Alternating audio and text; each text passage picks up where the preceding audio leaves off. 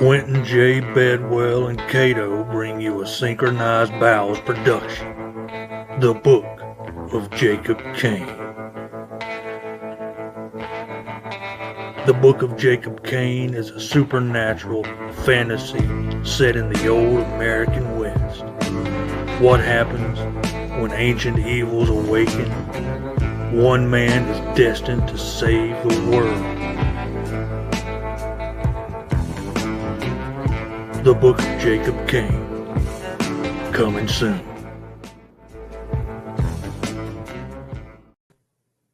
What? Sound like I was chewing on marbles when I did that.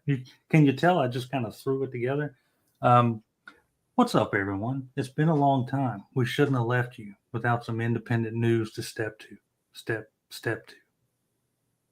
It's a terrible throwback. Enewtabie, what's been going on, brother? What's up, brother? It's cold. It's icy. It is icy. We had every bit of snow turned to like 2-inch thick sheets of ice around here, and apparently there's a lot of folks that aren't from the area that decided to try to drive on them, and it turned out pretty bad. Turned out exactly as you would expect. Yeah, I bet. It was pretty terrible. Hello to everyone in the chat that's rolling in. Cutthroat Comics was here earlier.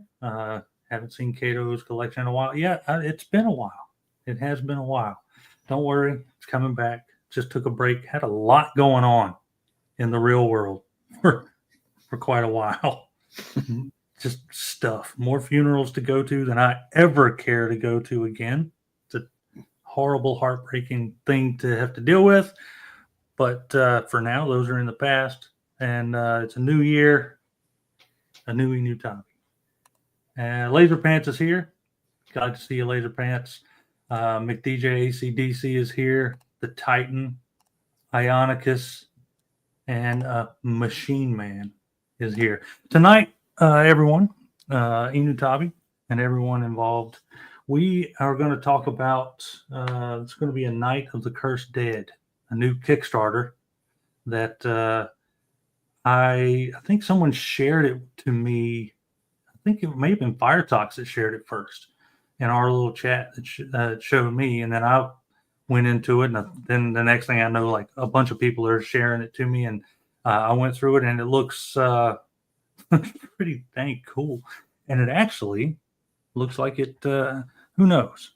It may eventually coexist with a certain cowboy action figure line if it ever comes to fruition. Nice. Enewtabie, what do you think about the Cursed Dead? Have you looked through it at all? I have not. I have no preparation here. I'm going into this blind. Good. Like I normally do. Then by the end of it, we're going to convince you to back it, at least for one figure. But we're going to go through it. With that being said, we've got a few guests waiting in the back that are probably getting annoyed because we've been talking for way too long. We have 3 folks that are highly dedicated to seeing this thing be successful. First up, we have someone who is apparently playing with himself. What's up, Mr. guys? Adam, how are you? Next up, we're taking this as a challenge. We're gonna do it. Right. I always say that every one of these, I'm like, we're gonna get him to back it. He notoriously waits till the last minute to back.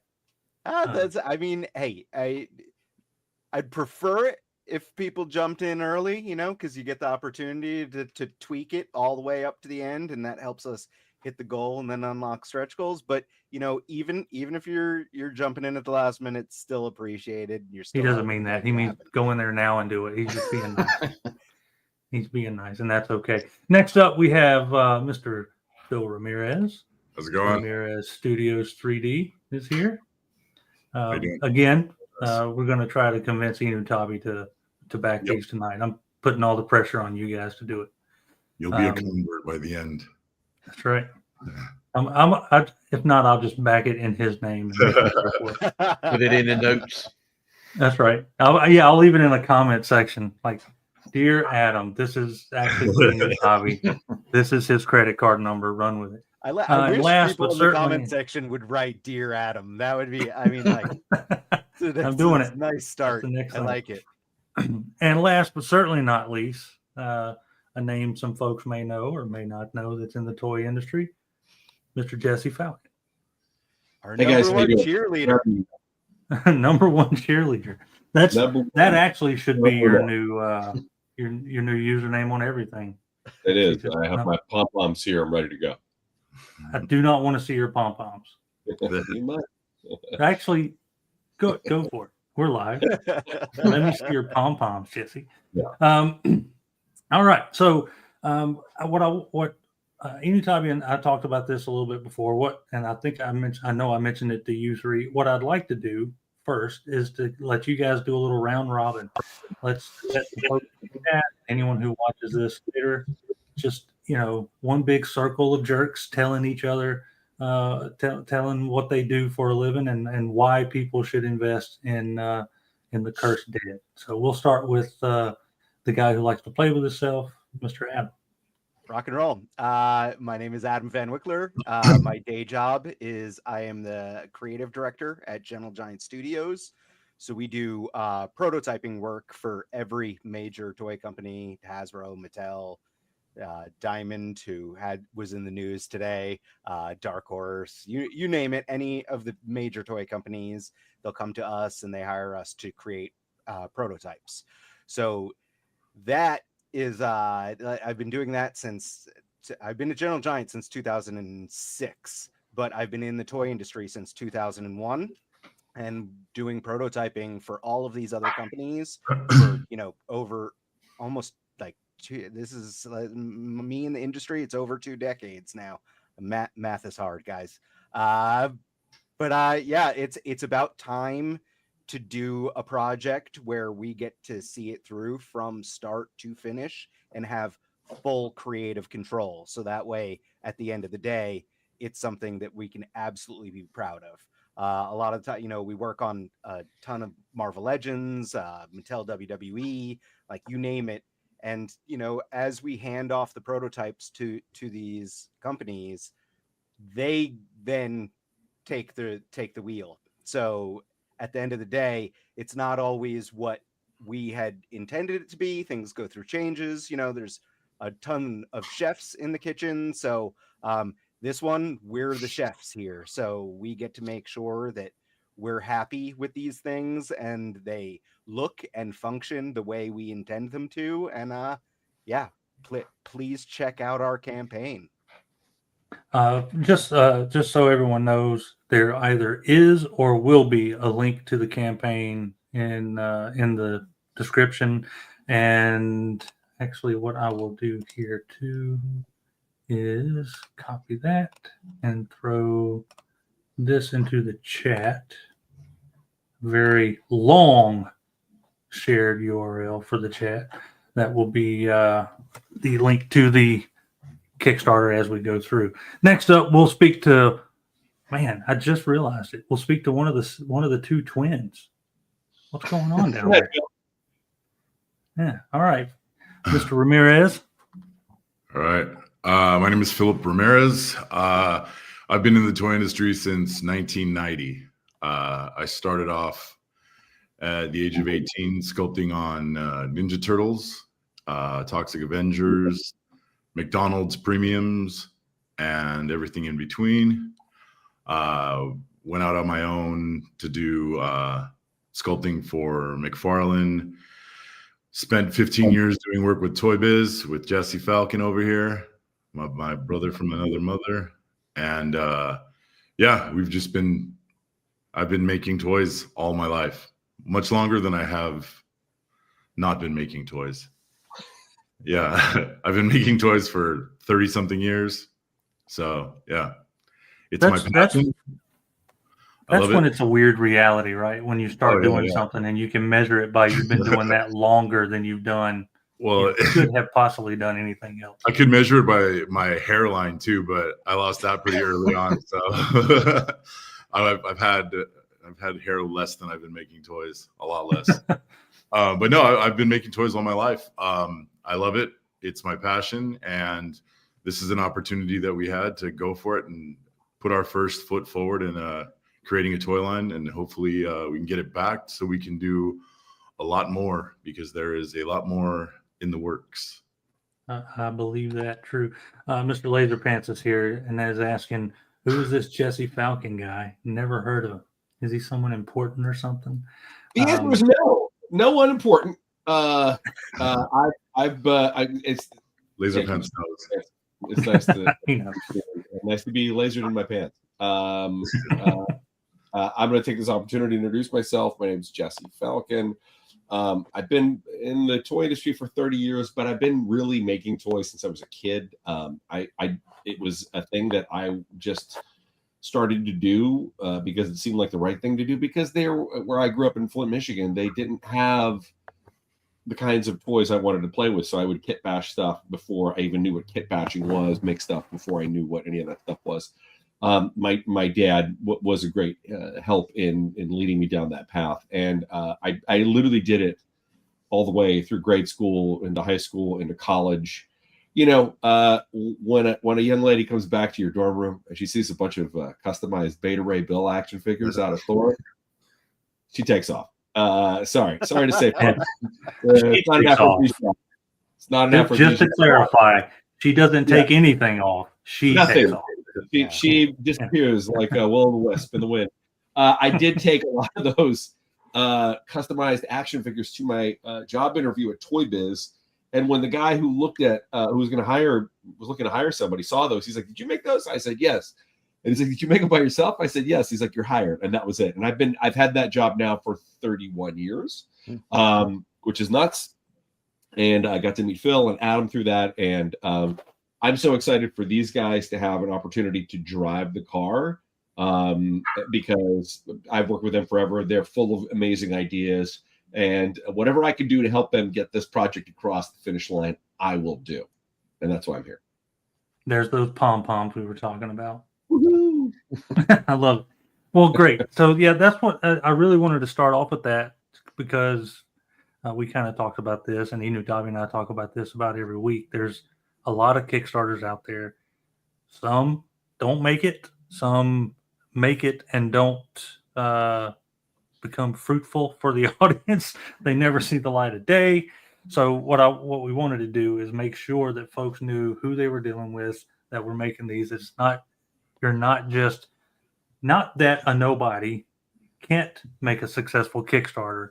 True. But just to reinforce the fact that there's a very talented group behind. I mean, we've seen plenty of people, you know, in the indie toy scene that don't have a background in toys make successful toy lines. But then you have like the guys that came before, you know, the Four Horsemen started off on Kickstarter, and so did Boss Fight, and like that's, you know, Phil and I are kind of hoping to and Bobby Valaverse like did Kickstarter as well. So it's like, you know, trying to follow in those footsteps where it's like we've established ourselves in the toy industry, and you know, we have pretty good reputations in the toy industry, and this toy line, it basically, like, I think we can vouch for the quality of the final product because our professional reputations are kind of on the line here, you know, like if we can't not deliver product, we can't deliver subpar product because this is what we do for a living. So, you know, we're aiming to make a really cool toy line that we're passionate about, that we love, that, you know, I mean, like, I am an articulation junkie, and this thing needs to move. And I will stake my entire reputation as an articulation junkie on this project. And like, Phil has been a badass sculptor, you know, a traditional sculptor, then a digital sculptor for, you know, 30 years now. So he needs to make sure that these things look good at the end of the day. Yeah. That's I can agree with that. Enewtabie, have you backed anything yet that didn't come to fruition? I know a lot of times you'll wait to the end to back it, or you'll pick it up retail, Big Bad Toy Store, something like that. Not that I recall. There's one I was going to get into, and I don't know what happened to it. It just kind of disappeared. I think they had something happen with it. I think we talked about this at one time. I don't want to go into it here, but yeah, it may not mean this isn't the place. Yeah. So like, and to speak on somebody that has zero experience in making toys, like we're, working on this Jacob Kane comic and trying to figure out what to do with the toy line, whether to do it through Kickstarter or whether to license it or whether to do it at all, because it is a massive headache, and maybe just stick to the comic, who knows? But we think we have a plan in place to do something with them, so we could have some fun with that. So we may be one of those nobodies that hopefully make something. Or we may be one of those nobodies who never makes anything and had fun trying. We'll see. Laser Pants with a $5 super chat. Great.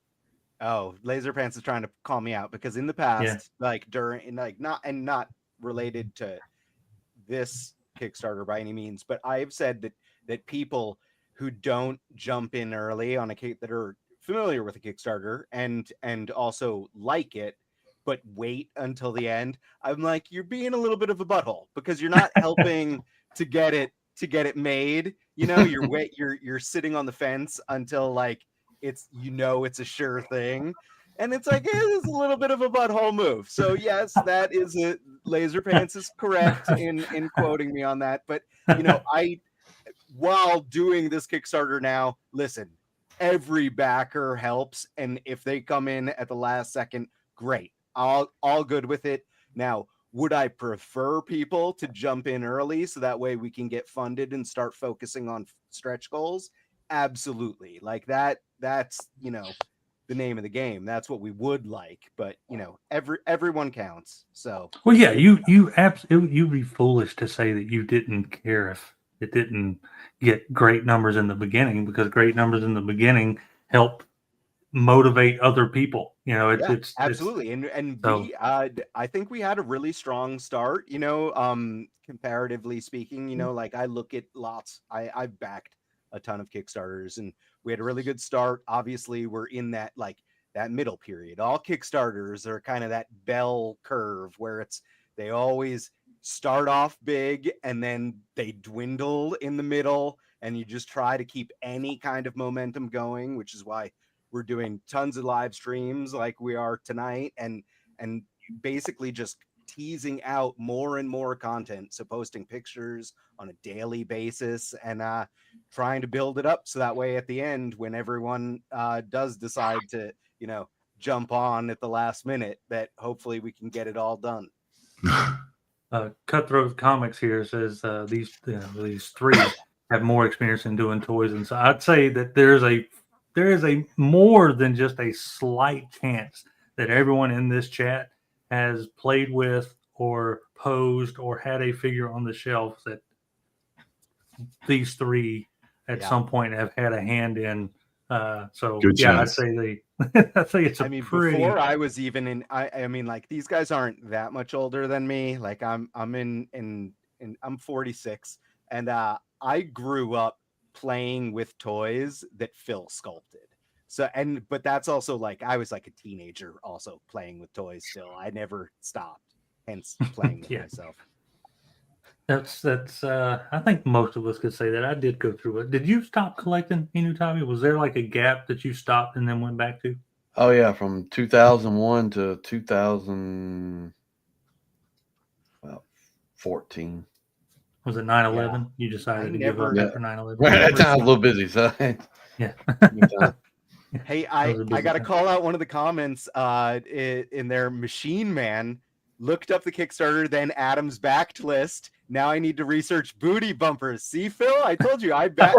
Phil had a Kickstarter back in the day, booty bumper. Tell him about your old Kickstarter, Phil. I had a Kickstarter that failed, and it was a you got a reimagining of the bobblehead, and it was the girl's posterior was the bobble. Yeah, it was genius. Awesome. Yeah, it was genius. It looks awesome. I mean, I've had like every trucker's fantasy figure. Well, yeah, and it's been ripped off a bunch, but I went and tried to get a patent on it because it was a design change and it's never been done. And I went through so much money with the patent office because I got a woman who was upset with the concept of it, and she found it offensive. So the patent office was like, "This offends me. We can't do it." And I was like, "You guys, there's a patent on the electric chair." Like this bothers Bill, you. do you still have any booty bumpers? Not here. I have a bunch in the studio, but I don't have any here. We should add them. We can put them as an add-on for our Yes. campaign. Yeah, I mean, Yes. I have some packaged. Yeah, because I got them Yeah, there produced, you but go. it was just kind of. I didn't really push for it. I didn't. Yeah, it was just kind of a thing. It was There fun. needs to be a booty bumper tier. Yeah, Phil, you're the only guy that I know that Ted is heartbroken by the U.S. Patent Office. Yeah, exactly. Yeah, it was wild, and I went through so many rounds with them. Yeah. Kept moving it around, and they didn't want to upset this woman. So Yeah. it was a weird experience. And my attorney was like, "I've never heard of this before. This is insane. Yeah. This is the weirdest thing I've ever heard." He was a patent attorney for like 50 years, and he's like, "I'll do this for cheap because I'm blown away that this is happening." I was like, "Hey, lucky me, as usual." You get to be the one. Yeah, I get to. My friend Deluxe Baldwin with a $10 super chat. Thank you very much. Says, damn, look at the baby. Oh yeah, I did shave. That's it. So thanks for noticing. And he loves Transformers. Yes, he does. He loves those. I won't say it, but maybe more than his wife. I don't know. I didn't say that. She's a lovely woman. He never said that to me. I promise. All right. So with all that being said, we're going to bring up the Kickstarter, and we're just going to go through it. We're going to show folks what there is to offer. Me being a one computer household, Enewtabie, if you could keep an eye on the chat for me while I am looking at this secondary screen here. But right now, you guys are sitting at 61,000. That's very good with 17 days to go. That's actually really good.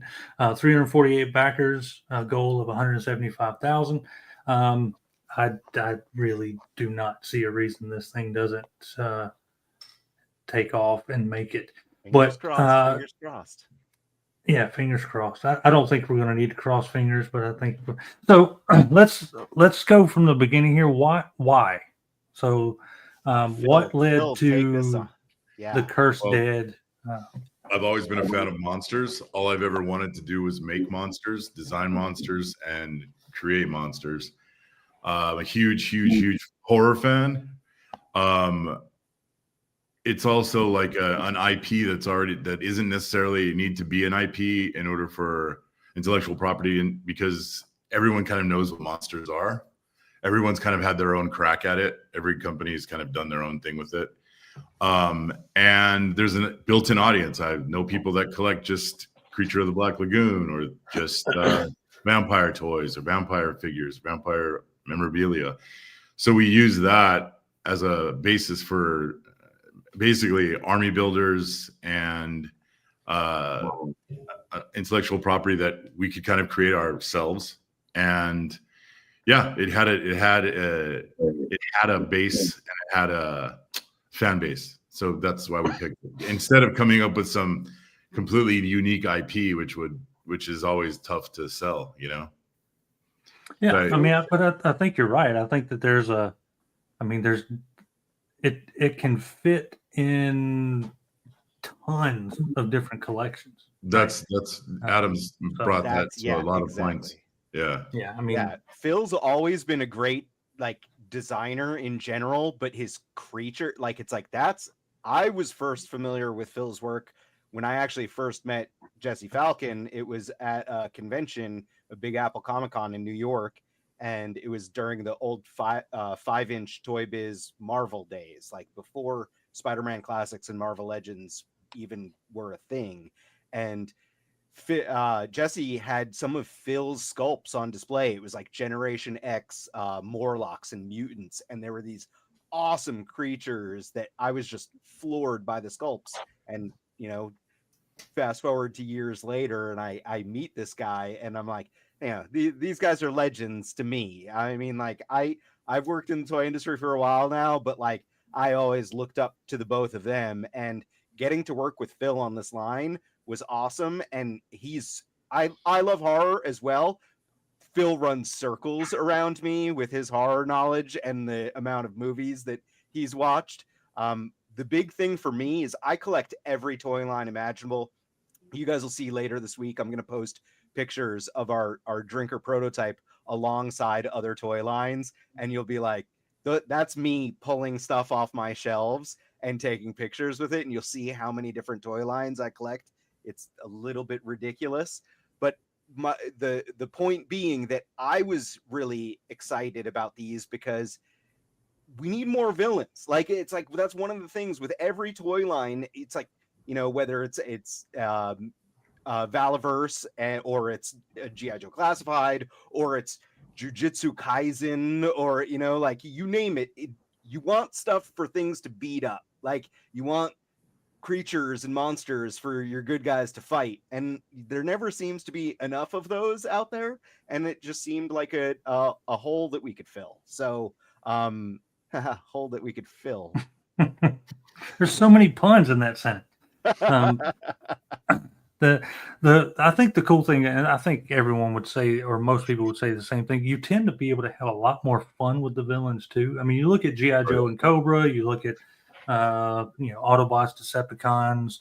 Typically, they're the villains are the most fun. You can mess around with them. They don't have to be, typical cookie cutter heroic looking dudes. They can wear crazy masks and look like insane vampires, like with really big ears and very creepy. I love that. I've always liked the bad guys. Awesome.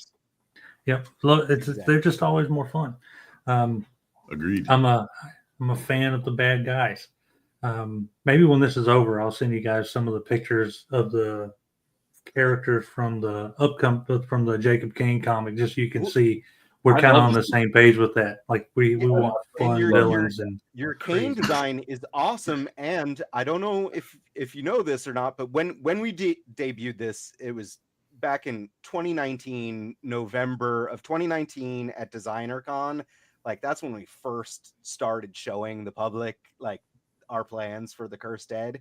And one of the characters that's based off of this body, he's not included in Wave 1. So we actually have a couple of characters that we are not even including in this initial Kickstarter, unless things, go crazy.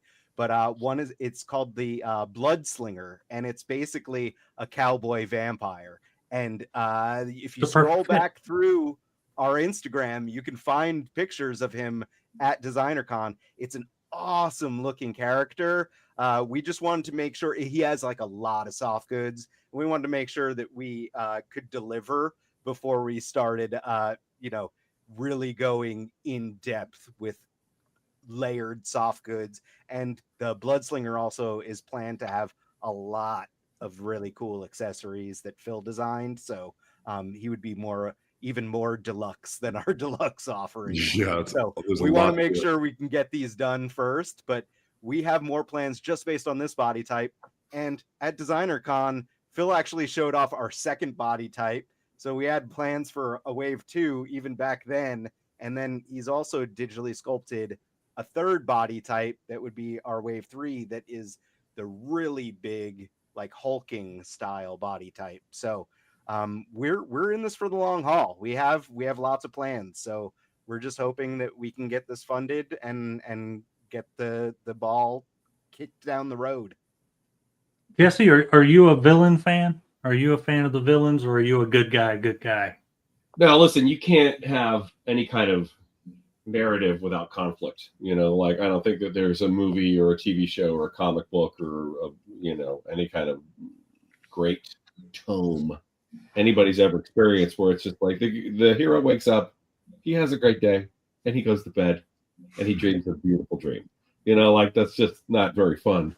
And honestly, like, I feel like in the best intellectual properties, that conflict comes when the villain is as exciting as the heroes are. But also, like, I've worked, Phil and I have been really close friends for an incredibly long time, and we finish each other's sandwiches. And I just knew that, like, once if he had an opportunity to crack into something like this, how great it would be. And I also know, just because I've been with these guys, partnering with them on this and trying to help them, strategize how to get this done. I've seen what they want to do in the future, and I want this thing to live very badly because I want the world to see what these guys can do over the course of 5 to 10 years with a line like this. Building out a body that would look like a werewolf, and what you could do with that, or something larger, something Frankensteinian, a female body, on and on. I really want to see these guys tear into it. And also, I feel like there's white space here because, and Phil mentioned this earlier, there's a lot of incredible companies out there with really, really super talented designers that are making really excellent toys based on horror properties. NEC is a great example. But I feel like with what you guys could do here with this, from a standpoint of accessories and being really hyper gory and hyper violent and leaning into the body horror of it all, that's really exciting to me. And that could be something that, if one was so inclined, you could use not just with this line, but with any line you wanted to. Couldn't have said it better. Yep. Now, Phil, was it? I know you said you may have to go. Yeah. Shortly. But yeah, if you have any questions, I don't want to I know I feel weird bopping out like this. No, I completely get it. I just wanted to make sure you have an opportunity to say anything, say your piece before you dive out. You can say anything. Oh no, these guys. You want about the line. These guys know it all. These guys know the figures back and forth. They'll tell you anything you need to know. But yeah, if people find it interesting, please back it. We'd love to make more of this stuff. I would love to design more toys. That Phil has to go assist with an 8-year-old's homework. Yeah, my daughter. I got to help my daughter with her homework. I love that. It's the best reason you could ever have to leave. Yeah. Well, I appreciate you having me, and these guys will answer the rest of the question. And I hope that Enewtabie, that you're a convert by the end of this. Phil, I think good luck, because if it's math, the way they do math these days, my son Josie, and I'm like, I don't understand it. It's bananas. I'm relearning it. Yeah. It's a lot of Spanish. It's Spanish and math.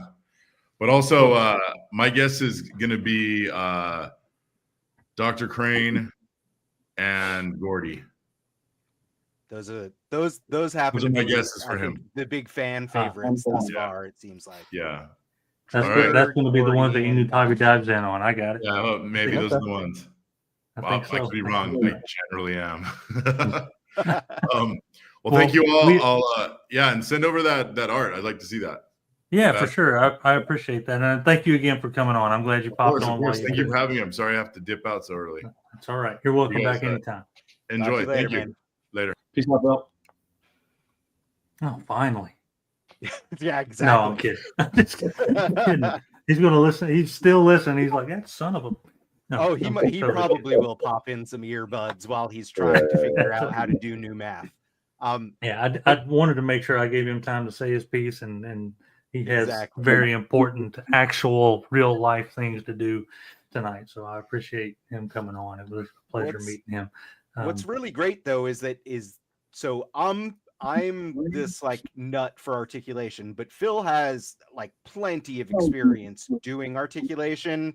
He just he and I had never worked together on a figure before. We're usually, for lack of a better way, like we're like competitors, but we're not. We're working for different clients, and most of our clients, they diversify. They use many freelance and contract work sculptors. Like that's all of the big companies do it. So Gentle Giant and Phil, and there's Dave Cortez, and there's tons of different studios and individuals out there that do sculpting work.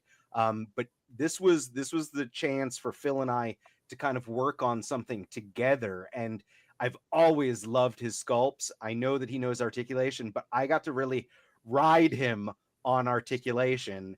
And he was designing around making this thing as posable as possible. So I wanted, because it was like he wanted to do the skinny drinker body first.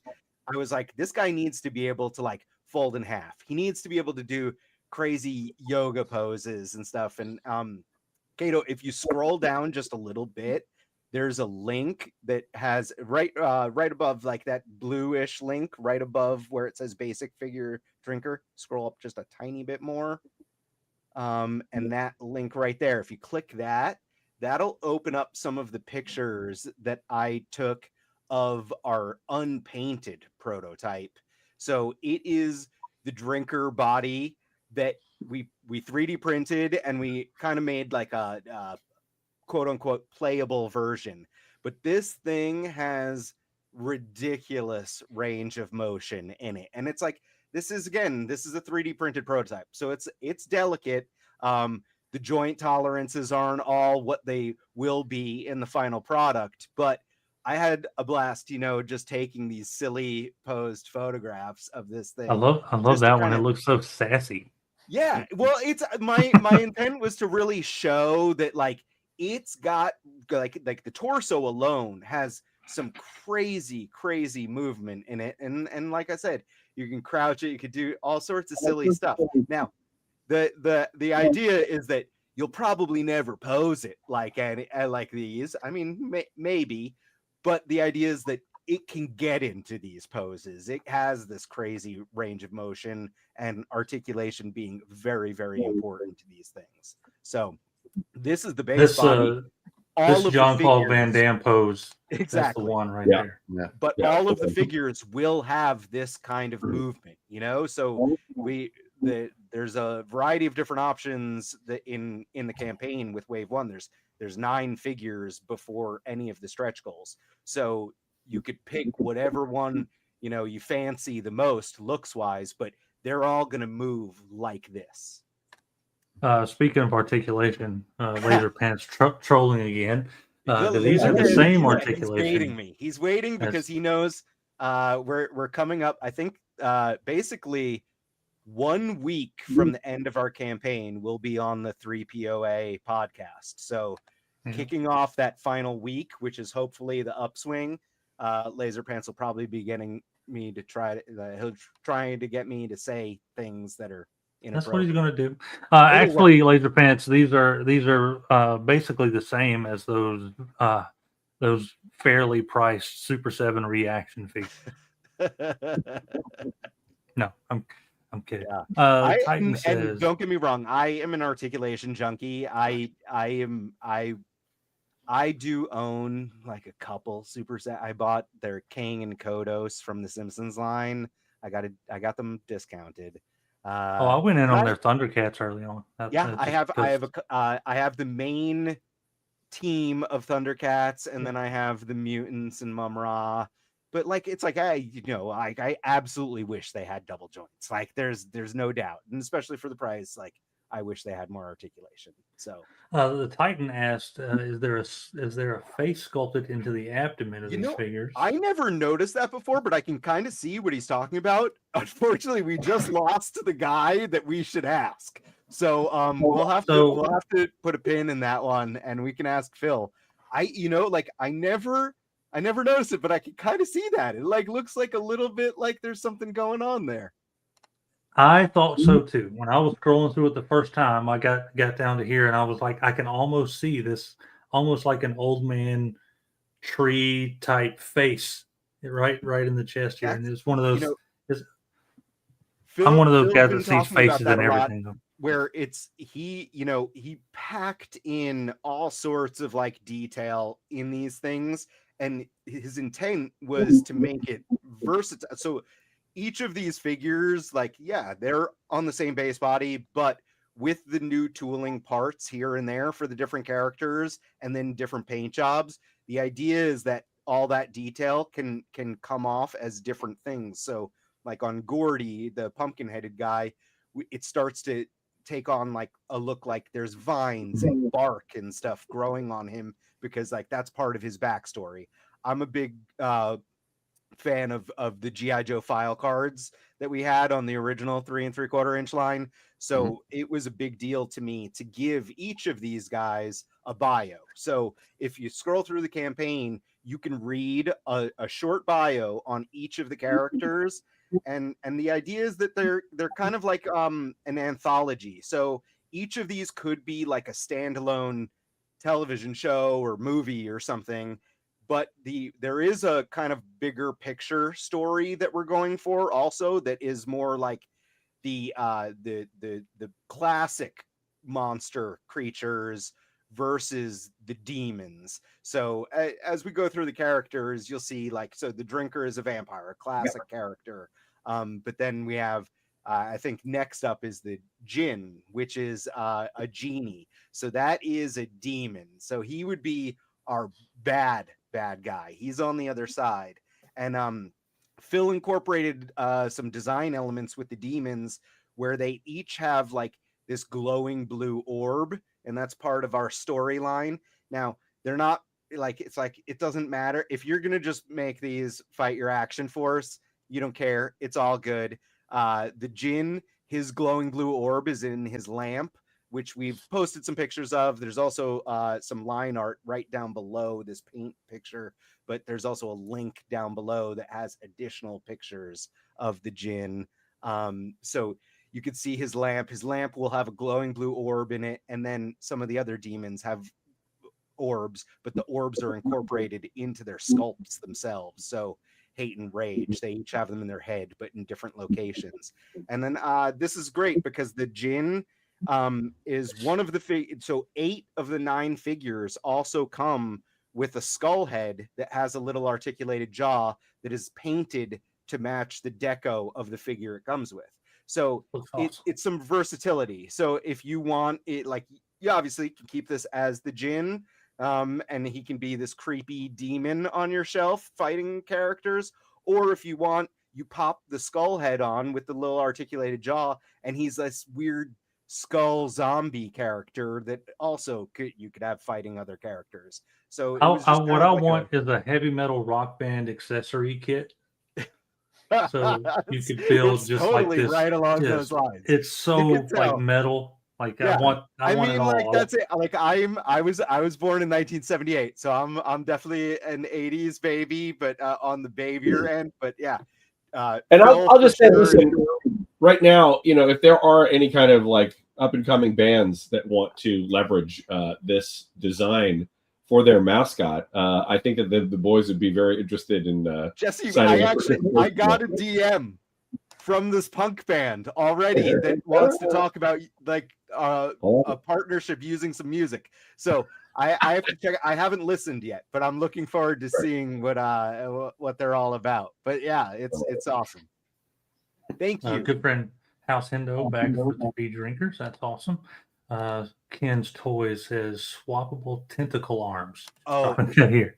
For sure. Like, it's like you can start to see like with Dr. Crane, which is one of the big fan favorite characters. That's kind of our take on a mutated fly doctor. You could see that like we're going into that body horror zone, and we would really like to push it even further. And tentacles for sure. Yeah, and not those tentacles. This is like evil. Well, maybe tentacles. Those two. Who knows? maybe those two. All right. Yeah, so going on down, we'll we're going to show a few more of these. You mentioned Gordy, which I think is going to be a lot of folks' favorite. That's got a lot of potential there.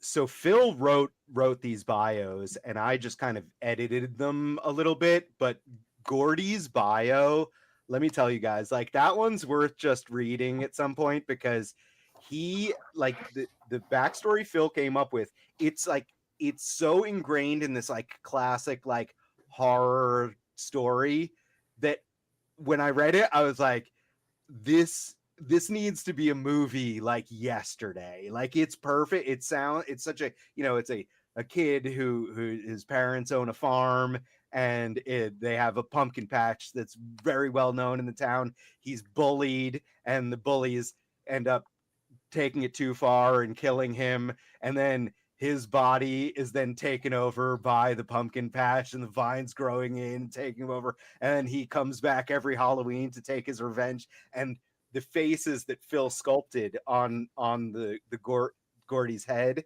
the idea is every time he has revenge and kills another victim, another face appears on the pumpkin head. So the idea is that the pumpkin head slowly gets populated with more and more carved faces in it. And it's like, it's such a great Phil concept. okay? Is he okay? No, like, no, Phil is not okay. He's not okay. Yeah. Not okay at all. Phil Yeah, is not he's- okay. That's why we love him. Yeah, that's why he can do. Cutthroat Comics says you could use this figure with Monster Force figures as well. Absolutely. And the pictures I was talking about, where I took 24 different pictures of our drinker figure with different toy lines. So it's basically it's the drinker, the vampire, standing in between two other figures. And like I have Valaverse, I have Monster Force, I have every toy line that you can imagine with our figure in there.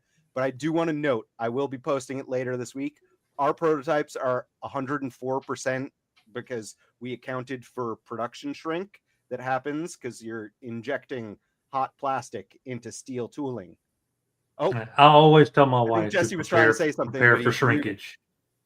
yeah. Yeah, sorry. Oh, I was go ahead. like, that production shrinkage happens, especially this time of the year when it's so cold.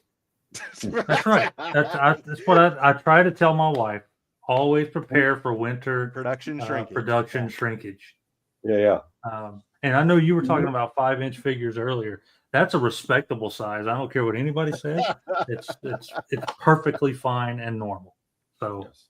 In North America. just in North America, there you go. Nice caveat. I like it. I like that. 45 minutes in, and that's where we're going. I love it. We have Oh. awesome the Titan. Thank you. Hate and Rage. So these are the demon brothers that you've pulled up. Hate is the black demon, and then Rage is the red demon. These guys both have the orbs worked into their sculpt. So Rage has it in his mouth. Hate has it in his forehead. We've also, so they both come with the skull heads with articulated jaws that are colored to match the base body figures.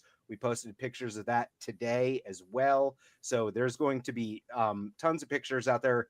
Go visit our Instagram. We've been posting like crazy. But these guys are really cool because they not only are they villains, but you can also get them as a bundle option. So you could save a few bucks. We have a few of these bundle options for different reward tiers. So it's like you can buy any of these figures individually. Did the jack-o'-lantern faces go all the way around? On our initial one, not all the way around. It is only, I think there's 3 faces total. But you know, we've been talking to people already about the possibility of like doing some accessory packs, and like one of the idea, like we have some weapons that we would like to do, and also head packs and like bloody versions. But yeah, like doing a Gordy that has additional faces as part of like a future like head or accessory pack, definitely something that we've been discussing. So for sure, not off the table. But as I was saying, that you can buy each individual figure if you want just one figure, or you can do some bundle options. So there's like, you know, you can get a 3-pack of the drinkers if you want to start building up a little vampire army. Hate and Rage, we have a bundle where if you buy both of them, they're demon brothers. So if you get them both, it knocks $5 off the price.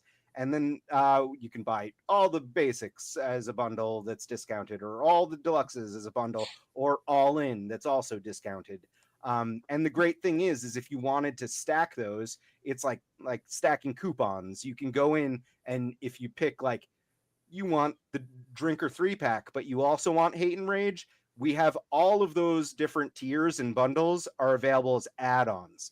So you just go in, you pick one that you want, and then you can add on, and you can kind of stack coupons on top of each other to save yourself a few bucks. Dr. Crane, which I think is going to be a lot of folks' favorite. It's your This is first Laser deluxe Pants' figure. favorite. Laser So- Pants won't shut up about it. The first thing that came to mind here are folks that are doing, like some of the third-party folks and even some not doing these like more hyper realistic TMNT figures. Come on. I own it. I just got Summer in. Yeah, that's the ones I was talking about. Yeah, though. Tell me that. Yeah, you got Summer. Yeah, that's awesome. Like, Is that a licensed figure? No. Shh. Wait. Hold on. Earmuffs. Just kidding, Jesse. No, I honestly, like, I was curious because I see everything, right? And there's a toy company a legitimate toy company in the world that I don't work with, but I do see a lot of piracy for, I technically work for Disney. I oversee everything that Marvel does. I also oversee everything for 20th Century Fox, and I see, a fair bit of piracy out there. There's I'm not going to name names, but like there's different scales of figures that like I'll see it all the time. But when I saw that, I was actually a little surprised because I think I've seen that in one other, like a treatment of TMNT that didn't look legitimate to me. It looked like they look like Gundam, like they look like yeah. Gundam. Oh yeah. Yeah, they did some mech Yeah. suits and stuff. There's a Transformers, third-party Transformers like company that did some larger mech turtles. I've seen those as well. I go to Rhode Island all the time to work with the Hasbro team, and we often talk about this stuff. Yeah. So yeah. Laser Yeah, pants. Jesse, I'm guilty of buying some of that stuff, but I feel really bad about it. Well, here's the thing. For me personally, for my job, like there are certain things that I will have tried to communicate to a partner. Let's say this is something that we think you guys should do. We'll design it. We'll hand it to them, and they're like, "No, we don't really want to do it." and then somebody will pirate the thing, and then I'll buy it and I'll send it to them. I'm like, "Look, you have to do this. Someone is making this, and it's in your grant of rights." And sometimes that the piracy is helpful, but overall, it's theft. It's like AI. It is just it's asset theft and blatant piracy. Naughty. The crazy thing about TMNT and like the pirated IPs for that is that apparently, and I've heard this from more than one creator, TMNT and Nickelodeon, it's like the easiest license in the world to get. That's why everyone is doing it. Like I have everyone so has a many legitimate different Turtles so many. collections. It's ridiculous. Apparently, they have a very fair licensing fee. Yeah. There's one other license that's easier to get. Yeah. So they have a very fairly priced licensing fee, apparently. Dr. Crane, this Enewtabie, I think this would be the one for you. This figure is like Phil's baby, I think. He really, really went to town on this. I as my job is like to oversee sculpting and painting and 3D printing and with this toy line, we're working on it with Phil. I was helping him develop the drinker base body, articulation, and everything. But Dr. Crane was one that I don't think that I even saw the digital sculpt. Like, I think I didn't see it until Phil had already printed it and assembled it. Like, it was him start to finish. He also did the soft goods on it. His family, he comes from a family of tailors, and he went in and did all of this crazy aging, and we've talked about it on some other live streams. But I was a big fan of 3A. So before 3.0 out there now, but before that they were 3A, where it was Ashley Wood and 3.0, and they were making 1/12 figures with soft goods fabric clothing before like Mezco was even doing it. And I was a 3AA member. This was like, the fanboys that like I was sitting there and F4ing and buying the new drops from Ashley Wood and 3A all the time. But the soft goods on it, it's not just fabric that you like, you can get off of eBay or something. It actually has some paint on it, and it feels gritty. Like, you almost feel a little bit dirty or have to wash your hands after messing with it. And Dr. Crane, Krankle, and Wendigo are all very much in that same vein, where it's not just soft goods. It's soft goods with some more artsiness thrown at it. Yeah, I mean, you can kind of see it here on Scant's lab coat. Yep. Dr. Scante, he's a great one. He's very like that's why this is important to get pronunciation correct. Oh yeah, no worries. That's like, I learned about this. This was another one. Phil came up with the backstory for this character. It's great, but it's got a very like 50s like crazy sci-fi inspiration. But it's a doctor who is trying to do a super soldier serum.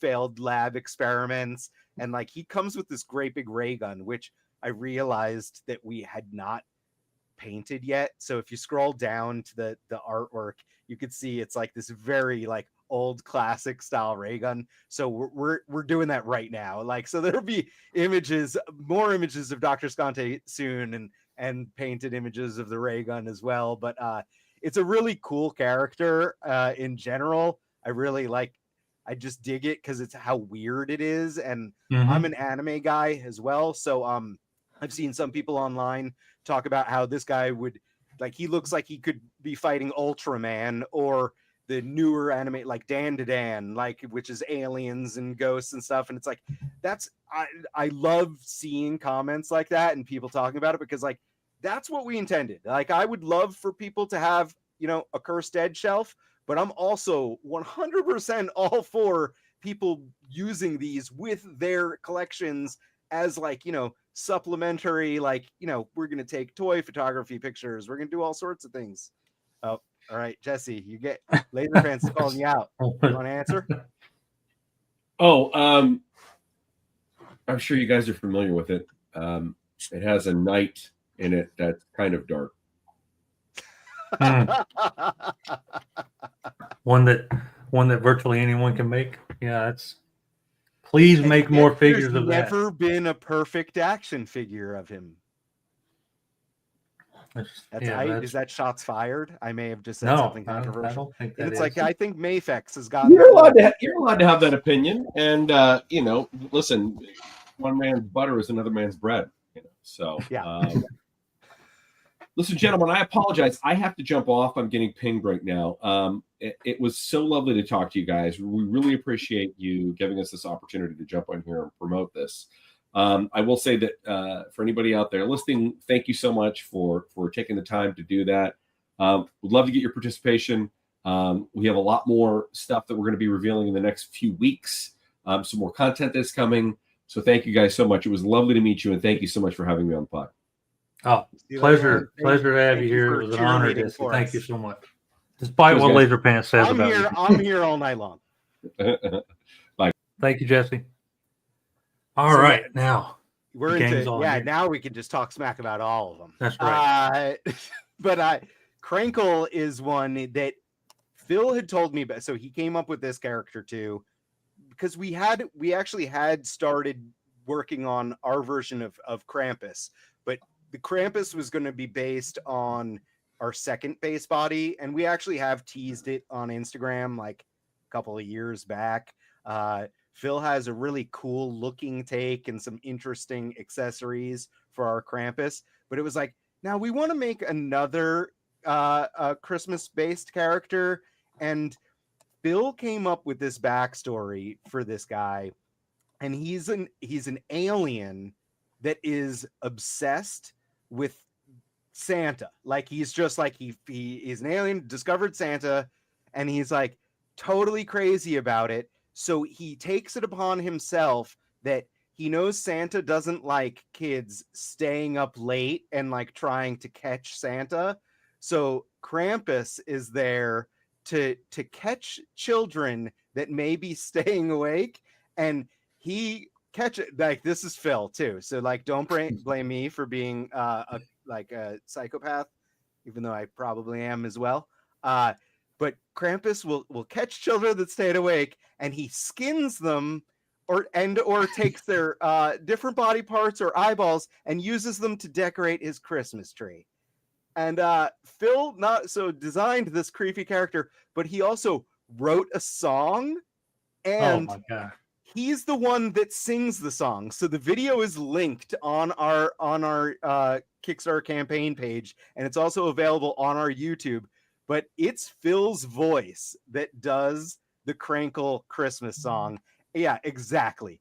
It's terrifying. I have an 11-year-old you had me son. like up to like 3/4 of that story. I was like, this sounds like the next Fox Matt Groening animated series, right? And then the skinning kids came along. Yeah, creepy as all get out. And it's like, I played the song that Phil made for my son, and my son was like, "Is this real? This is terrifying." And then it was like, it definitely. So this is Crankle without his robe on, so that's a naked Crankle there.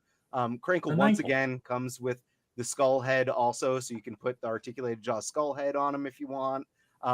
He also has this really creepy Santa face mask that's like a friction fit face mask that it's guys, like, just this thing is terrifying. And like I mean, like, I think most of us toy collectors have a little bit of like a Christmas toy display usually.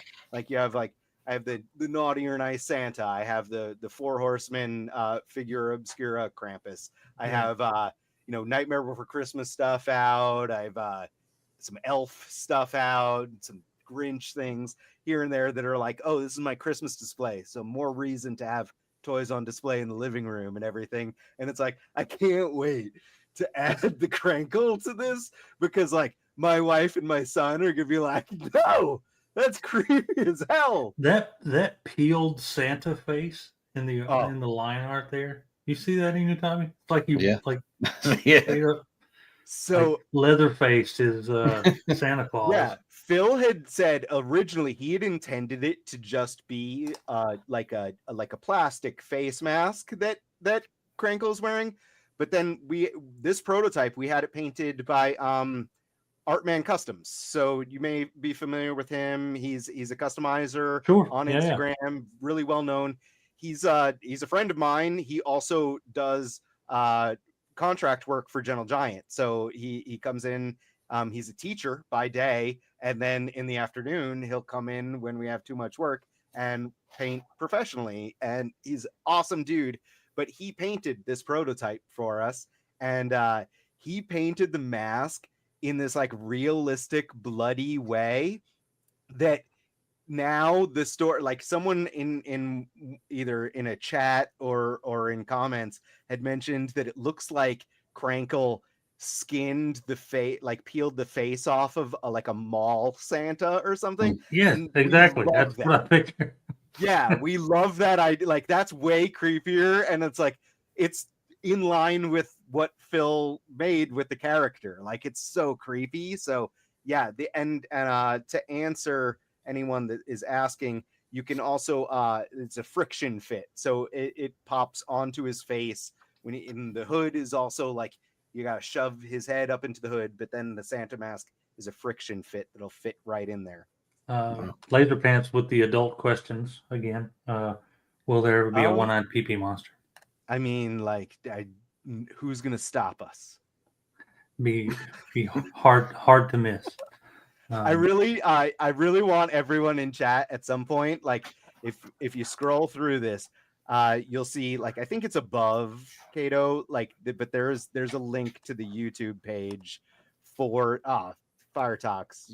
You're amazing. Yeah, there it is. You just scroll past it. But it's a link to our YouTube page with the Christmas song, and like the guy that was on screen before, Phil, it's his voice doing the singing for this, and it's crazy. Like, it has like Nightmare Before Christmas / Grinch. Did you trick your parents to think you're asleep? Did you hide under the couch to catch them? All naughty children, make your peace, because Crankle Claus will make you his treat. He'll grab you by your feet, you can't break free. He'll skin you while you beg and scream. He'll hang all your parts from his Christmas tree. It's an awful sight for all who've seen. So get under your covers and go to bed. You don't want the Crankle to scope your head.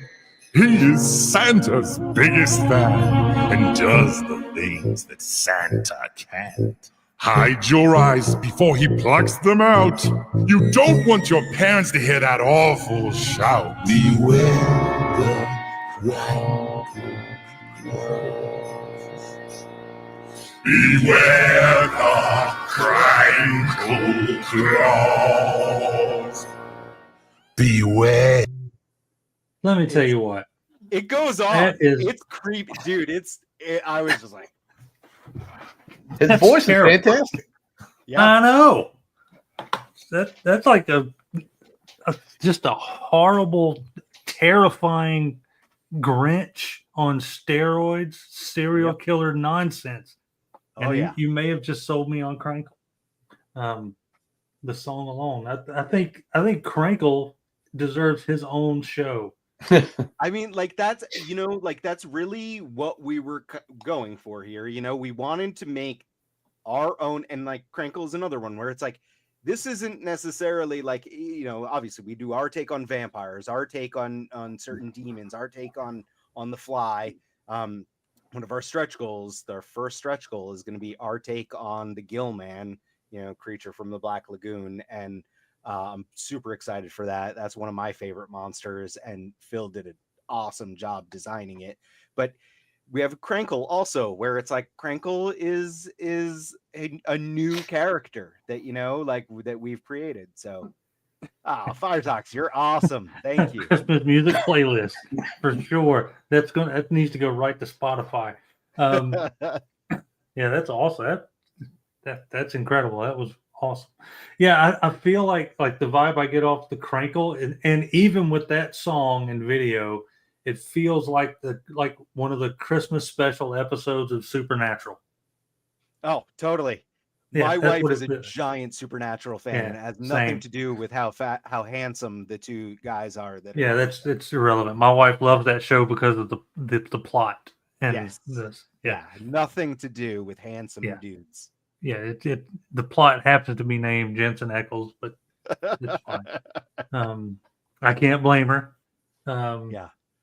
I'm just saying. Cutthroat if there Comics. was- Adam, any diorama in the future for this figure line? I love diorama. I mean, like, I don't know if you probably can't see him, but 78 points of articulation. I love that dude. I've supported him for like I think the first 7 of his dioramas that would fit in IKEA Detolfs, because I have a bunch of Detolfs, and he was doing some awesome work, and we've actually just been talking about potentially making a diorama for if this gets funded, we'd like to start doing some convention appearances and everything. So we're talking about doing that for at least display purposes and toy photography purposes for us, but diorama elements for like for sale, like as future things. I love that idea. Tooling is always the most expensive part, and tooling, like the way it works with steel tooling, is the larger the cavity, like it's expensive. So it's like action figures are great because they can put a whole especially articulated ones, they can put a bunch of pieces into one tool, as long as they're going to be shot in the same material. Stuff like dios and everything start to get more expensive based on what they are. I would love to do small diorama elements. I love, like, a lot of the toy lines will do like simple bases or something that can also work in a diorama, whether it's like a pile of rubble or something along those lines. I think is great. Otherwise, I leave it up mostly for the bigger dios. Like there's a ton of people out there, Duarte, 78 points of articulation, High School Creations. I backed him for Wall XDs, and he was nice enough to have our stuff on display at DesignerCon at his booth. And then I'm super excited. I don't think it's gone up for pre-order yet, but Ramen Toys Musk. I told you guys, like, I'm a Ninja Turtle guy. I've got 3 shelves of Ninja Turtles, and that Musk, like, I'm doing the Super Musk. Are you kidding me? yeah. I never did any of the NECA dios because they were too expensive for what you got, in my opinion. But I do have one of the I forget, is it Extreme Sets? It's like the cardboard cartoon sewer layer is what I have on display on a shelf over here right now. But yeah, no, the Super Musk is gonna that cardboard display is going in the recycling bin as soon as that fella gets in. Yeah, that Musk looks awesome. Ace I consider Ace a good friend, and I'm looking forward to that. I don't collect TMNT, but what I want to do is street leveling up. Oh yeah, no, it's Yeah. like the versatility of it too, and it's like you could use the sewer stuff. Like if you're X-Men guy, Morlocks, like so you have all sorts of things with the sewer too. But yeah, the street level is going to be great in itself, and it's wide enough that you could put a vehicle on it. So it's like I plan on street level set, and he had mentioned before. I'm not sure if he's updated it or not, but having additional floor levels above the street level, so you could do street level and then add another set of the wall so that you continue the fire escape up, so that I you need can to build get a higher roof. I mean, I think that's brilliant, and it's massive. Like the photos of that thing are just massive. But yeah, I'm looking forward to the Musk set. Heck yeah. At least Yeah, Wendigo. we're into our final deluxe figure, the Wendigo. This one is one of my personal favorites. I love Phil's take on like the kind of classic Wendigo, where it's just like it's basically a zombie with a crazy ass deer skull helmet, and he can wear the helmet. We have posted some other images of it. I'm doing Wendigo Wednesdays over the course of the campaign, where I'm like carrying around the prototype with me to different places. Like I brought it to the movie theater with me and shot pictures out of it, and I'll post more tomorrow. And I'm going to post some turnaround videos of him without the helmet on and with the helmet on. So more pictures are being, like I said, posted on a daily basis on our Instagram, and I'm linking to everything right here on the campaign page. So everything is updated, but you can go to curseddead.com. You can go to our Instagram. We have a Facebook page, a Facebook group. We have a YouTube page now. We're trying to get this everywhere so that way we get as many eyes on it as possible, because it's the only way that, you make stuff like this happen is through visibility and, trying to get people like Enewtabie to be interested in it. So like that's the goal here. But yeah, Wendigo is awesome. And he also, so in addition to the crazy deer skull helmet, he actually comes with a chewed up arm that he can, either gnaw on or use as a club. And then he also comes with the articulated jaw skull head painted to match his body as well. But yeah, an accessory as an arm that he chews on. That is amazing. Yep. That's amazing. And I encourage everyone to really like. It's like the bios are pretty short. We tried to keep them like that G.I. Joe file card length because of my love for it. So reading the bios, like I think it kind of gives you an idea of what we were going for with these characters, and you can feel free to use that as a story for the characters, or use them however you want. Like honestly, like if you want to put your own story to it, more power to you, man. Like it's like you can call it whatever you want and use it with any other toy line. It's a cool looking character either way. You've got a couple of stretch goals hinted at here, Mangler and a new basic, another new basic second stretch goal. So both of the stretch goals would be basic figures, so they're at the lower price point. And the Mangler, as I mentioned, is our take on the Gillman. So the name, the Mangler, it's kind of a play on like anglerfish, because Phil took some design cues from an anglerfish when doing the head. This upset some people, but sorry. Hey, what's up, dude? Carl. Love Carl. Awesome photographer. The anglerfish, I was just like, listen, anglerfishes are cool looking, but the little dingle thing that lights up off the forehead, I'm like, that's goofy, and I didn't want it. So that isn't going to be on the figure. I'm sorry, guys, if that's something that you're into, if you're into like little dingles. It won't be on our Mangler figure, but it is going to instead, like the same concept of that being like, hey, it's a glowing thing that draws people in. It's going to have like glowy eyes, and I want to do it with glow in the dark paint, but I don't know if that's 100% set in stone yet. If it's not glow in the dark paint, then it's going to be like a haze to appear like it's glowing around it. But, just make the angler piece part of a staff or something. something You else can- that it comes with. you can- Someone yeah, else had mentioned like something along those lines, and it's like, we might have to get into that, because it does also, Maybe. it has new hands and feet, but again, like the way Phil designed the body, it has these like plates on it that look super cool as like, you know, our version of the creature from the Black Lagoon character. Like it's That's awesome. it's gonna be a really cool one, and I'm really looking forward to people seeing it. And then the second stretch goal is another demon that we're hoping to get to as well. That'll be awesome. Looking forward to it. Cube Tube here. That's the other. I'd say the other half of the Jacob Kane story, but he's really about the other 95%, since he's the one responsible for all the art. I just Heck get to yeah. make stuff up. That's dope. The art was great. I love it. It's very cool stuff. Going through some of the prices here, there have been some questions about price. I tried to scroll so that the price of the figure was up with the figure we were showing, but the basic figures are 40. So we have two different price points: basic figures at 40, and then our deluxe figures at 85. I've kind of gone over this in some of like the comment section, and then comments on Instagram as well, that we have been in the industry for a while, but this is our first time working with factories. Now we do have factory connection. Like once we had all the files finalized, I sent these direct to our factory, and they provided us with quotes.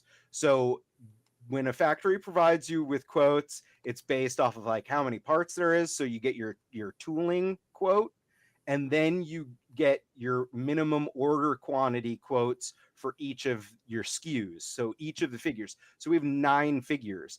So we have to hit minimum order quantities on each of these figures. So our pricing, it like to be perfectly honest with you guys, like if we just skirt by and hit our goal, we're gonna have to take out a bank loan to cover the rest of our production costs for this toy line to make all 9 of the figures, which we're willing to do. Like it's a risk that we're willing to take, because we want to make these toys. But like this isn't some scheme by us to make crazy amounts of money. It's like, no, guys, all of these different, Hasbro and Mattel obviously work with factories forever. They get crazy price breaks on their tooling and their unit volume. costs, Volume. and they're making so many Yeah. of them that the unit cost goes way down. Then you have the indie toy people, the Four Horsemen and Vala and everyone else, and it's like, they're established at this point, so they have working relationships with factories. They get better deals. Bobby has been able to drop the prices on Action Force, and I've spoken about this on live streams before I was even doing this Kickstarter, and like I respect the hell out of it. I think that that's actually amazing that he was able to like, hey, we've increased our orders with the factory, and I've gotten better price breaks at the factory. So he's passing that savings on to us as fans. And it's like, yeah, that's cool. Like that's a great, I respect the hell out of that. We need to get there. Like this is our foray. This is our initial like launch into the line. And if we didn't have to make thousands of each of these figures, like we have 9 figures, we have to make thousands of them, and that unit price coupled with the tooling price is higher than what our funding goal is. So like these prices, and it's like I'm also a guy who, I buy tons of stuff. I have a shelf of Mezco toys over here. I buy imports. I buy, like, there's a lot of toys out there at a variety of price points. What we're going for, what the quotes we received from the factory, we are making sure that this is going to be the quality stuff that we expect. It's not like a cheap flimsy toy. Like, no, we're going to pay a premium to make sure that we have premium product. So that, I mean, the goal is, in the future, I would absolutely love to follow that same path that Bobby has laid down, where it's like, hey, pass the savings on to the consumer, add more items, add more, doing It would figures be that are on, like, amazing. retro card backs and do so, like, it's like he's doing some awesome stuff. Like he's paved this indie toy line into like an awesome idea. So I definitely want to take notes from that for our future, but we have to actually get these made, and to get these made, this is what they cost. Like there's, Yeah, I mean, like, I wish I just could- messing around with the idea of it when I started with Quentin looking at doing stuff for Jacob Kane, it blew me away at how much it costs. yeah. And And we were, Phil and I are lucky enough that we make prototypes for a living, so we were able to do that at our own cost. Like we're paying for printer materials and we are paying some of our painter friends and everything, but it's like we're doing all of that on our own dime using our own skill and time. But it's like even that is expensive. Like it's like, so someone that's just off the street that's doing that, like you're looking at like making a prototype action figure is usually in the thousands of dollars itself, just for a prototype. And like that has nothing to do with the manufacturing costs. So I know that everyone is used to you go to Target and there's a Marvel Legends that's 25 to 30 bucks depending. It also feels like it's $25. Yeah. But like and then a NECA figure that's an Ultimate NECA that's 30 bucks or something, and it's like, yeah, that's great. These are big toy companies. We have experience in this toy industry and making toys, but we don't have the pull at a factory to be able to compete with pricing like that. Instead, I don't think you need to. I don't think you need to even try to excuse it. I mean, it's expensive. I mean, it just is. And even these, I mean, your deluxe Joes or anything, they're $50, $60. So it's not that far off. I mean, it really is that far off. It's all whatever the value is. I've mentioned this on streams too, and it's like I don't know. Like it's like I'm still very optimistic. I think we're going to do good. I think it's going to have a big upswing at the end. I don't think we're going to make crazy amounts of money, but I really I have questionable opinions on McFarlane toys in general. I do buy a good chunk of them, but I don't always love everything. I did back his first Spawn Kickstarter. I didn't back the second one that just came out because I felt a little burned on the first one because it's like he doesn't need to do these as a Kickstarter. But I really love his concept of when he starts hitting big numbers, stretch goals or whatever, where he starts including additional items with that base offering. And that's honestly something that I kind of wanted to do with Cursed Dead, and we potentially could still do if we were to do really well at the end, where it's like giving value back by adding more items into the base offerings. Like that sounds dope to me too. And it's like that's an idea where it's like, okay, cool, we've made enough money where we can actually pay for all of this stuff, so how do we give it extra value at that point? And it's like that to me is unbelievably respectable, and it's something I would love the opportunity to do. I don't know if we'll get to that point, but I think you're going to be surprised. I think it's going to be much more popular than you think. I mean, we have some stuff planned. We're doing here in SoCal. We have it's kind of like a toy show swap meet kind of thing called Frankensons. That's in City of Industry, and we're gonna go to that on Saturday with some of our prototypes, and we're gonna we've invited anyone that's like local-ish, come show up and you can see them in person. So we're hoping that gets some people out and get some more coverage for us online. We're doing a ton of streams and trying to post content on a daily basis. And again, it's like all these action figure Kickstarters, they usually have, you know, that pickup at the end. So we're for definitely sure. hoping for that as well. Any chance of coming to upcoming shows like Toylanta / PowerCon or anything like that? I would love. So we were lucky enough to I mentioned High School Creations showed our stuff at Designer Con in Vegas, and I also had Unparalleled Universe showed our stuff at Legions Con. I would love to go to Legions Con in the future. It looks like such a fun show, and it looks like it's just growing and getting better and better. PowerCon, I used to go to PowerCon used to be in LA before they moved to Ohio, and I went to it when it was in LA, and then I saw the Ohio show, and that also looked amazing, but they haven't done it since then to give me the opportunity to go. But now that they're teamed up with Toylanta, that's enticing. So honestly, like, if the Kickstarter does well, I would love to have us have a table or a booth. Like, I would love to start doing these shows. It's just going to be a matter of, like, if this line takes off enough that we can actually make it make financial sense to go to these shows. Absolutely. You know, like, and I don't even like, it's like, I'm not trying to go to these shows and make money. I'm going to spend money because I'm going to go buy toys at these shows. But I just have to make sure that we're not like losing a ton of money. Enewtabie, you know what we need to do? I'll tell you what we need to do.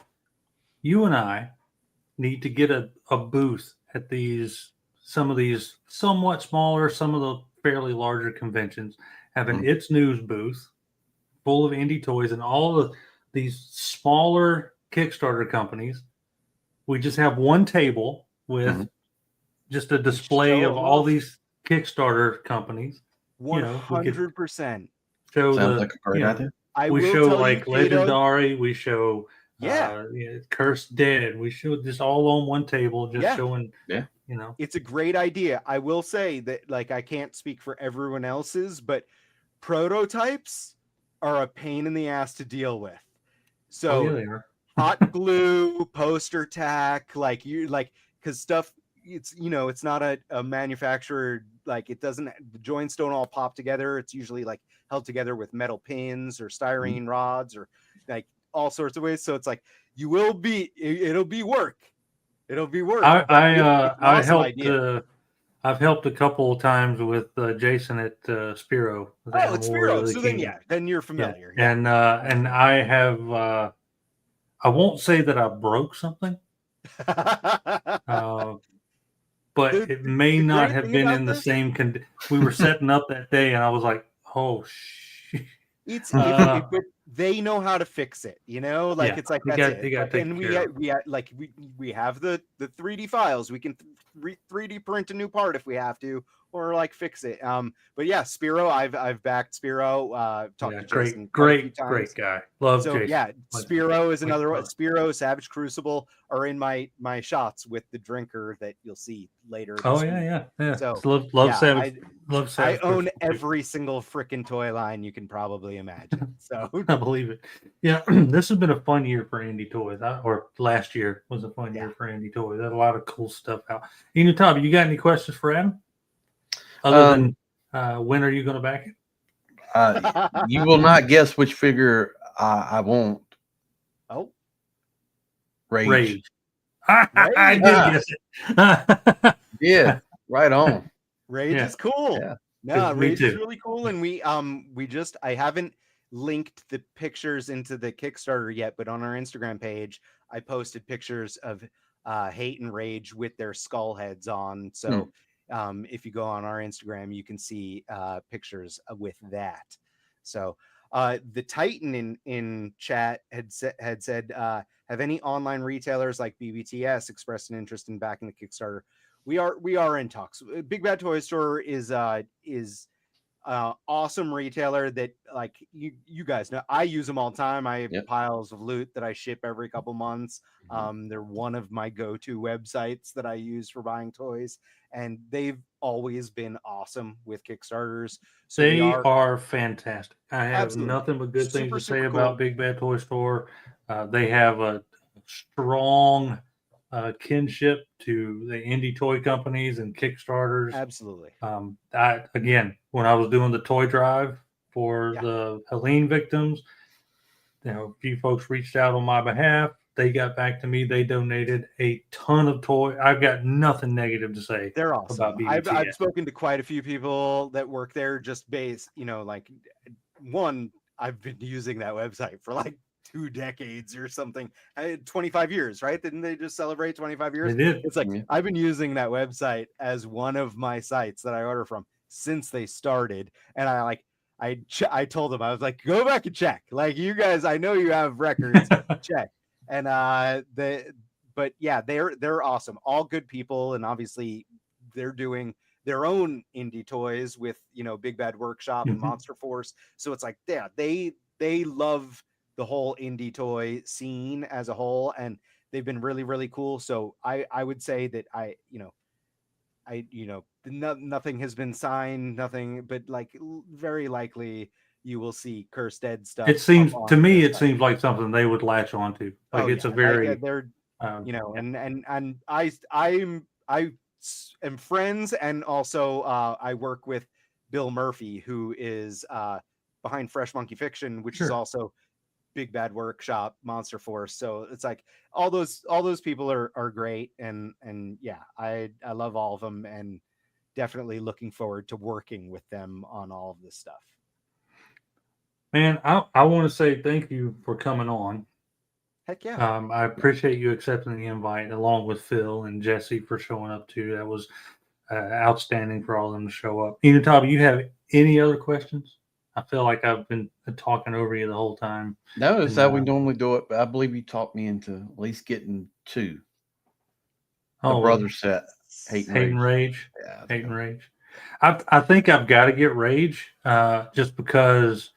Let me see. I think I definitely want Rage. That one popped off to me as just being so 80s metal that I just Yep. had to get Definitely. it. And then also, let's see, Rage and I'll probably get more than.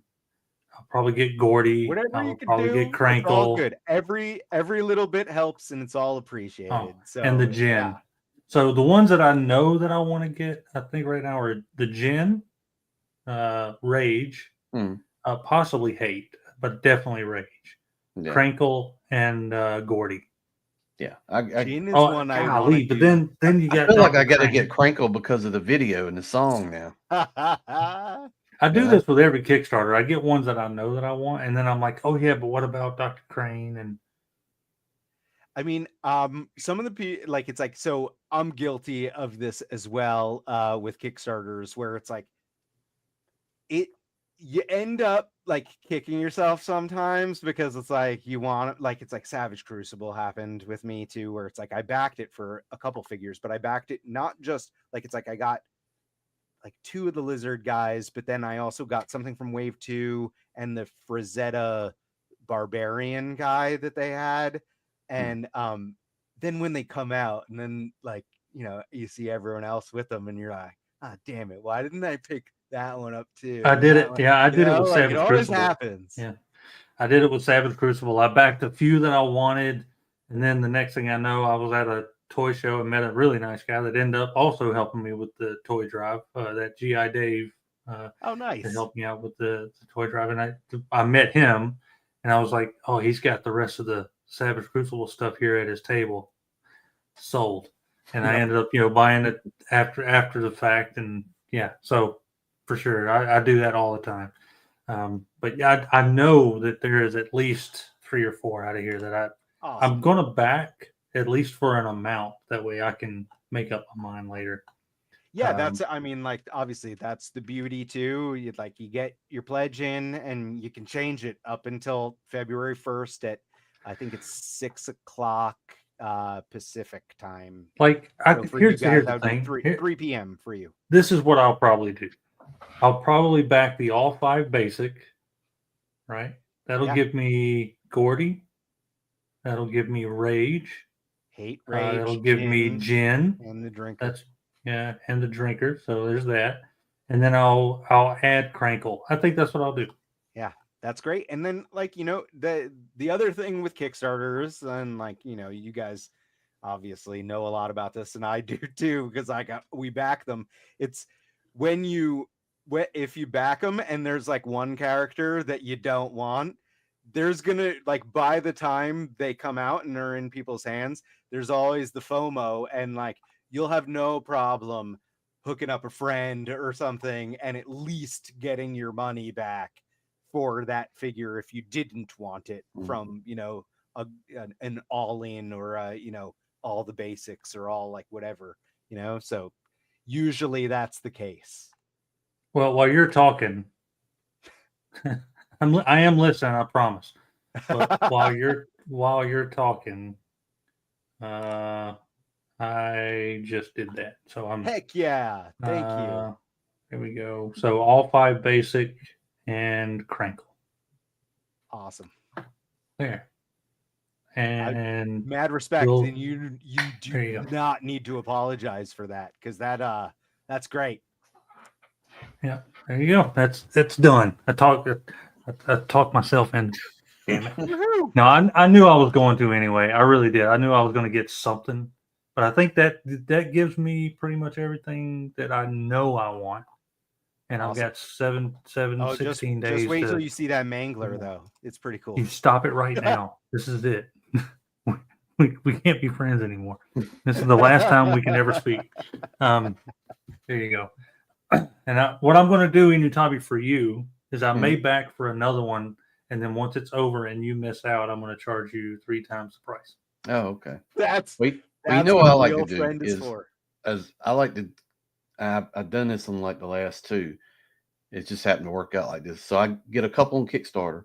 Then I go over to BBTS, and then I pre-order like 3 or 4. Like I did that. What was it Brutal Realm. Realm? So I kickstarted 3, and then I went over there and I bought 3 more or 4 more. The Brutal Realm line. So I know I've spoken to, like, I'm friends with Dave Vonner, and then I know the guys. I've been on streams with the guys that were behind Brutal Realm, and I always give them a hard time. I refer to those as my thick legions. That's great. My thick legions. You're clever. You sure you didn't write all those bios? All right. I'm happy now. I backed something. I haven't backed a Kickstarter in a while. This might even put me in super backer status. Yay me. Oh snap. It won't. And you know what you get for that? Nothing. You get like puts a little something next to your name if you post on a comment or something. It's like becoming the getting a what do they call on Facebook now where you get your badge things? The badge. Yeah. Yay. Top fan. I have so many badges. Top fan badge. You're a top fan. So stupid. I mean, I appreciate all my top fans from Facebook, but I mean, thanks. Just know that I'd high five you if I saw you in public, and I think the top fan badge thing is stupid. But anyway, that's just me. That's it. Now I've just lost thousands of people on Facebook. It's like, it's okay. It's Facebook. It's okay. It's Facebook. Yeah. I don't care. Yeah. Enewtabie, I know you're going to back it. I have faith in you. So I think you're going to get something. Adam, thank you so much for being here. Make sure you let Phil and Jesse know that we very much appreciate them hanging out with us and had a good time. I really appreciate meeting you. I'm sure this won't be the last time we speak. Yeah, for sure. No, this was a blast, and you are welcome fingers back. Fingers crossed that this goes Anytime. well, and yeah, we'd love to come back. Yeah, come back, talk about any new thing with the series, with the Kickstarter.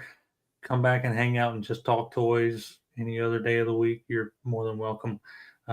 What I'm trying to do with the channel now is do about 2 shows a week. Do It's News with Enewtabie here for indie stuff, and then I'm going to do more of a interview style, individual interview style show later on, just to let people tell about their collection, how they got into it.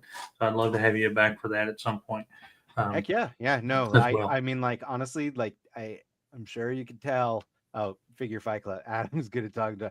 I shit you not. Like, it's like I I never outgrew toys. I never went through that phase of like stopping buying toys and only being interested in girls or whatever.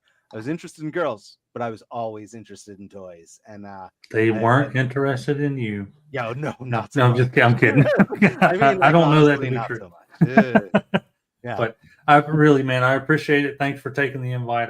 I wish you just great success with this and future waves. Fingers And, crossed. I hope that we get to see a lot more the Cursed Dead and anything else. And I'm going to send you a few images on Instagram. I'll message you to show you a few things that I think that scroll you'll back through and check out the Bloodslinger also, because Yeah, it's like sure. we like we're into some cowboy shit too. I mean, Well, cowboy stuff too. After we go off here, just stay on for a second, and I'll give Yeah. you a rundown of what it's about, Awesome. and I think you'll get it. Guys, thanks so much. Be sure to back the Cursed Dead on Kickstarter. Links will be in the description. Check out their Instagram. Always updating with new photos and showing you what you are hopefully getting for your money. Lots of articulation, really unique, some heavy metal stuff. I think you'll enjoy it. Till next time, Enewtabie, you want to send us out? We out. There you go. That was too. You were too fast. You were too fast. Quentin J. Bedwell and Cato bring you a Synchronized Bowels production. The Book of Jacob Kane. The Book of Jacob Kane is a supernatural fantasy set in the old American West. What happens when ancient evils awaken? One man is destined to save the world. The Book of Jacob Kane, coming soon.